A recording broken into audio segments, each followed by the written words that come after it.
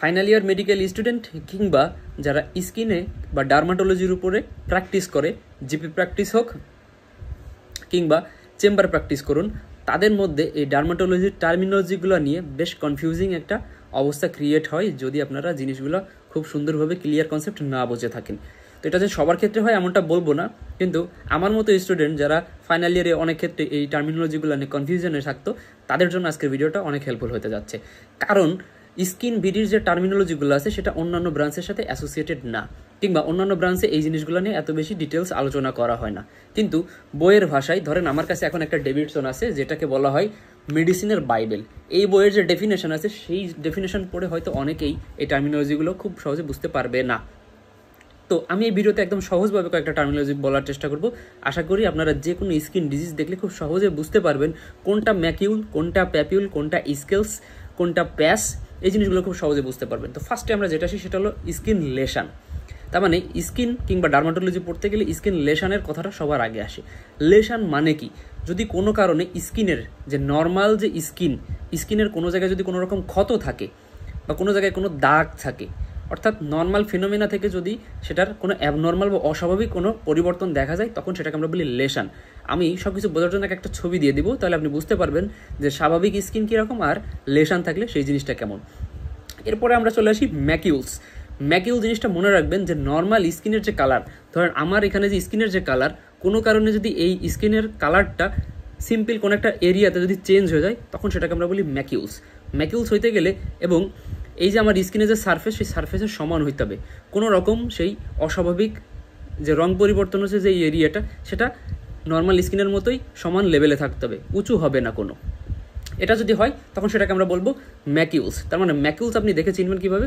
ক্ষত স্থানে কালারটা চেঞ্জ হবে, মানে রঙের পরিবর্তন হবে, কোনো রকম স্কিন উঁচু হবে না, স্কিন নিচুও হবে না, ঠিক আছে? এটা হলো ম্যাকিউলস। এরপরে যদি আসি প্যাপিউলস। প্যাপিউলসটা কি?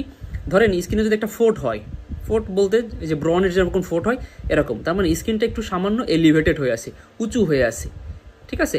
রং পরিবর্তন হতেও পারে, নাও পারে। তার মানে স্বাভাবিক যে স্কিনের যে সারফেসটা ছিল, কোনো কারণে যদি সারফেসটা একটু উঁচু হয়ে যায়, তখন সেটাকে আমরা বলি প্যাপিউলস। এরপরে আমরা চলে আসি নোডিউল। নোডিউলগুলা আর একটু বড় হয়, ঠিক আছে? প্যাপিউলসগুলার একটা লেন্থ থাকে যেটা 1 সেন্টিমিটারের কম হবে। তার মানে নর্মাল যে স্কিনের সারফেস সেটার থেকে 1 সেন্টিমিটার মানে উঁচু হবে, কিন্তু উঁচুটা 1 সেন্টিমিটারের কম হবে। কিন্তু নোডিউল হইতে গেলে সেটা 1 সেন্টিমিটারের বেশি হবে। তার মানে আমরা বলি যদি কোনো জায়গায় একটা টিউমারের মতো হয় এবং সেই টিউমারের সাইজটা যদি 1 সেন্টিমিটারের উপরে চলে যায়, তখন সেটা কিন্তু আর প্যাপিউল থাকবে না, তখন সেটা হয়ে যাবে নোডিউল। এরপরে চলে আসি যদি কোনো জায়গায় ভেসিকল বলি আমরা। ভেসিকল কখন বলবো?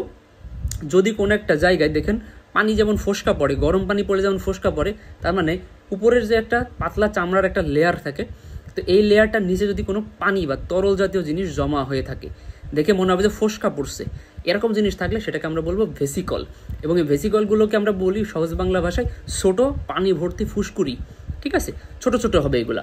এবং এইটা যদি 0.5 সেন্টিমিটারের উপরে হয়ে যায়, এটার সাইজটা যদি 0.5 সেন্টিমিটারের উপরে হয়, অর্থাৎ এই যে ফুসকুড়িটা আছে এটার লেন্থ নর্মাল স্কিন থেকে ওটার উচ্চতা হবে 0.5 সেন্টিমিটারের ওপরে, এবং সেটাও পানি ভর্তি বা ফ্লুইড ভর্তি কোনো একটা আপনার ভেসিকলের মতো যদি হয়, তখন সেটাকে আমরা নাম দিই বুলা।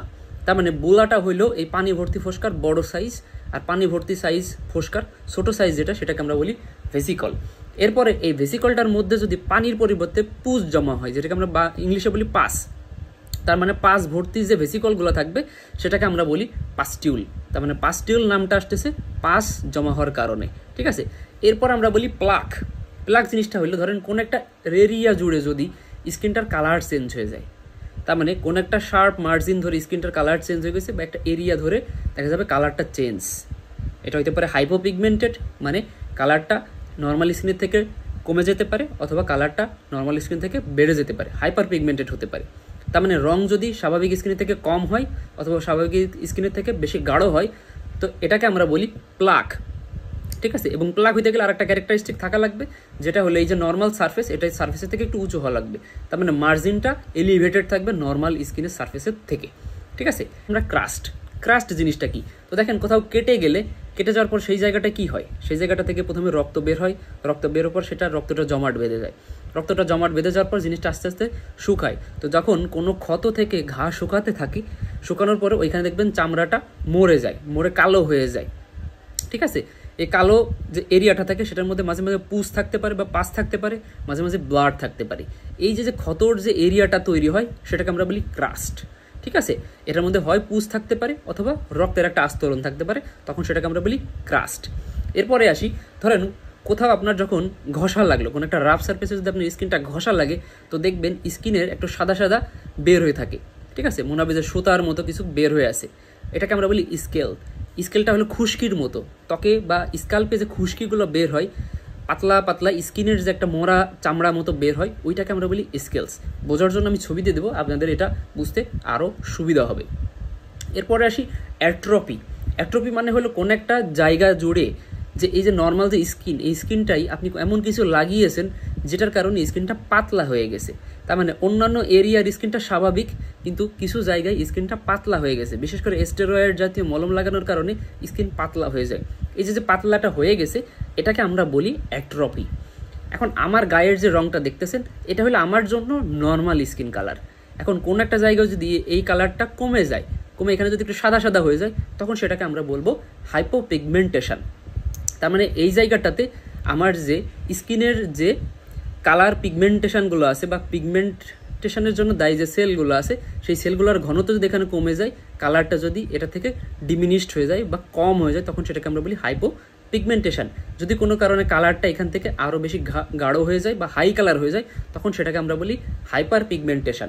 এবং আপনারা খেয়াল করবেন যে কোনো স্কিনে যদি কোনো আঘাত লাগে, দেখবেন যে এই জায়গাটা যেখানে আঘাত লাগে সেটা লাল হয়ে যায়, আঘাত লাগার পরে লাল হয়ে যায়, তারপর আস্তে আস্তে নীল হতে থাকে। এই যে লাল হয়ে যাচ্ছে, এই লাল হয়ে যাওয়ার এই প্রসেসটাকে আমরা বলি ইরাইথ্রেমা। ঠিক আছে, তার মানে কোনো একটা নর্মাল স্কিনটা আঘাত লাগার কারণে যদি সেটা লাল হয়ে যায়, তখন সেটাকে আমরা বলি ইরাইথ্রেমা। আশা করি এই যে একটা ভিডিও, আমি এই ভিডিওতে অল্প কয়েকটা টার্মিনোলজি নিয়ে কথা বলছি, আশা করি যারা এই টার্মিনোলজিগুলো নিয়ে খুব কনফিউশনে থাকেন তাদের জন্য বিষয়টা খুব ইজি হয়ে যাবে। আস্তে আস্তে বারবার এটা প্র্যাকটিস করতে হবে। এটা আসলে যত বেশি দেখবেন, যত বেশি প্র্যাকটিস করবেন, তত আপনাদের জন্য এটা ইজি হবে। তো আজকের ভিডিওটা এই পর্যন্ত। ভিডিওটা কেমন লাগলো অবশ্যই কমেন্ট করে জানাবেন। Thank you.